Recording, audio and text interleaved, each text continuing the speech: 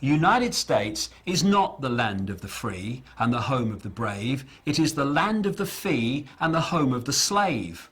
And more Americans are waking up to that fact, and hallelujah to that, because only if they do so and then act upon their new perception will they truly have any chance of living in a land that is anyway associated with freedom, and a land that makes a contribution to peace in the world, not a contribution to more and more slaughter, more and more conflict, and therefore more and more acquisition of people and land. We are now at the point where those institutions and these institutions of control and surveillance and all the rest of it are now being put in place. So this hidden dictatorship all this time is now coming to the surface where it can be seen.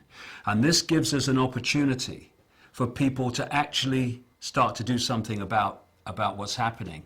Because instead of being some far off sometime over the rainbow, it might come sometime, it's now in our face. The police state is staring us in the eye.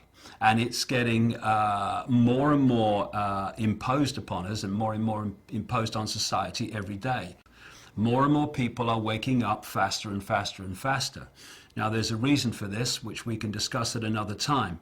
It's to do with an energetic change, which is affecting the way people see the world and see themselves, and it's been predicted a very long time.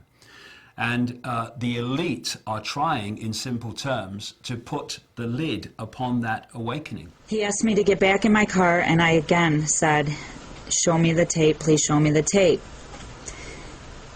He asked me to get back in the car, and then he pulled out his taser and said I was under arrest. I said, "Don't do this in front of my kids." I got back in the car, and he said he wanted me back out of the car now. And I said, "Why am I under arrest? I've done nothing wrong. I wasn't speeding. I wasn't on my cell phone." He then yanked me out of the car and wanted me to go down, put my hands or lie. Pulled his taser out, and the first shot jolted me, and I was trying to get back in the car again because I was scared. And then he yanked me away again, and that's when he tased me, and I went down on the ground. It felt like it was it was an electrical shock going through you, and I had no control over anything. And he's still trying to get me down to the ground, but I was still being electrified. I'm sick of this, and I'll tell you why I'm sick of it. Because while these pathetic, naive people, despite all the evidence before them, are looking the other way, "Oh no, it's just paranoia," while they're doing that, they are allowing these people to impose their will on my children, on my life, and I'm not having it. And if people would just engage a few more brain cells, open the eyes and look, they will see the scale of fascism, no other word for it, that we are being subjected to today. And if you don't wake up and you go on looking the other way, well, the fascism just gets more, and eventually it will dawn on you, and by then it will be too late. Don't look to me for sympathy when it happens, mate, because you got your chance now. I'll sign it. Get over here now! Give it to me and I'll sign it. Oh, you're going to shove me? Ma'am, you're going to shove a senator between your woman! The shove, the constable's office says, served to get the two out of oncoming traffic. Then the deputy warns her. You're going to sit back and do the case. Go ahead, Sit back! Hell, 72-year-old woman needs Sit attention. back or I'm going to tase you. After 5 warnings to stand back or get tasered, Step back and you're going to be tased, man. Put your hands behind your back.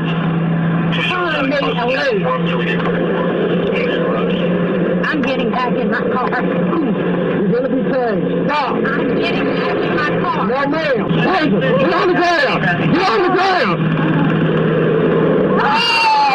Now put your hands behind your back. Put your hands behind your back. You're going to be tased again.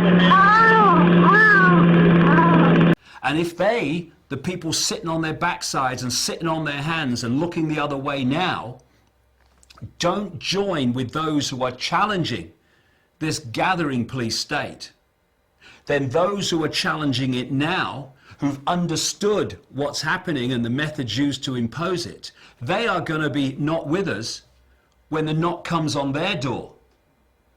Oh, I've just had a knock on the door. What do I do? Go down the concentration camp, mate. There's loads of people there who were telling you years ago that this was coming. You were watching the soap at the time, remember? It's unbelievable that people can be so blind when now it is so close to their eyes. Those who remain, by order of the City of Pittsburgh Chief of Police, I hereby declare this to be an unlawful assembly. I order all those assembled to immediately disperse. You must leave the immediate vicinity. If you do not disperse, you may be arrested and or subject to other police action.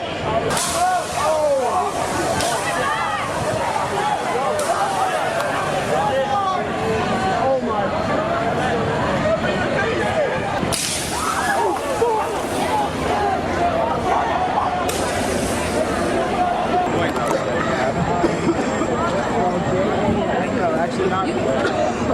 We're gonna. I don't know, I'm speechless. I am. Good Lord.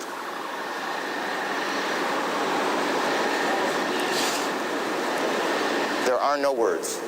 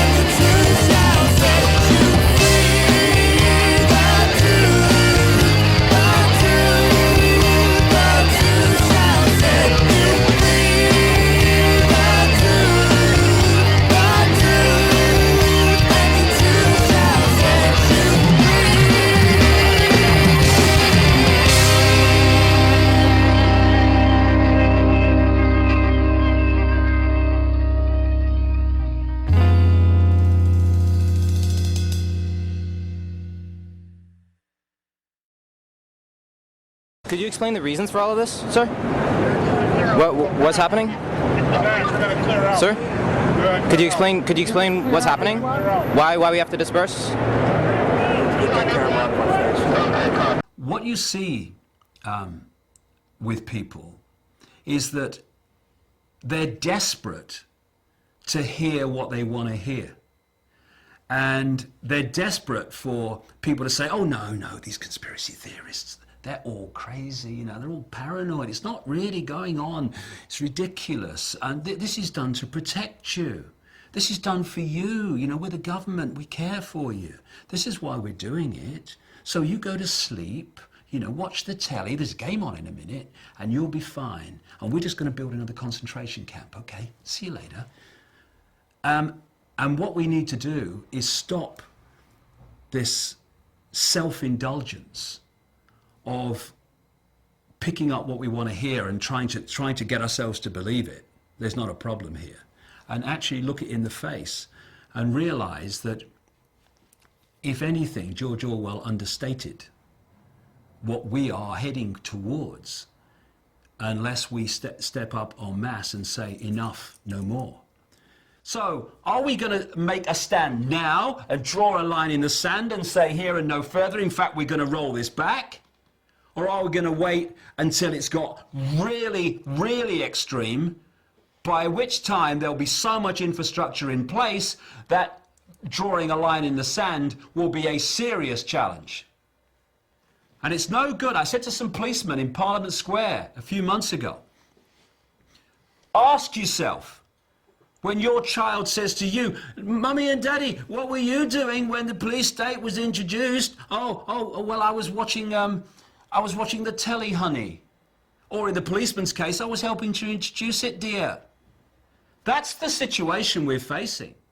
I'm sorry that I'm struggling to find words, because words fail me. The idea that governments, with their record, have the interests of the people at heart. Anyone who believes that is basically a lost cause in terms of understanding what's happening in the world. And I'll just leave them to get on with it. And when the knock comes on their door, don't call me. If people don't like it, well, they just have to do the other thing, because this is how it is. And we either face it now, or we face it a little bit further along the road, when if we think it's not very good now, it'll be a bloody nightmare by then. It's time to lift the arse off the sofa and bring an end to this nonsense, because otherwise we're just building our own prison cell or sitting around while someone does it. Is that sensible? I think not. Rise like lions after slumber in unvanquishable number. Shake your chains to earth like dew, which in sleep has fallen on you.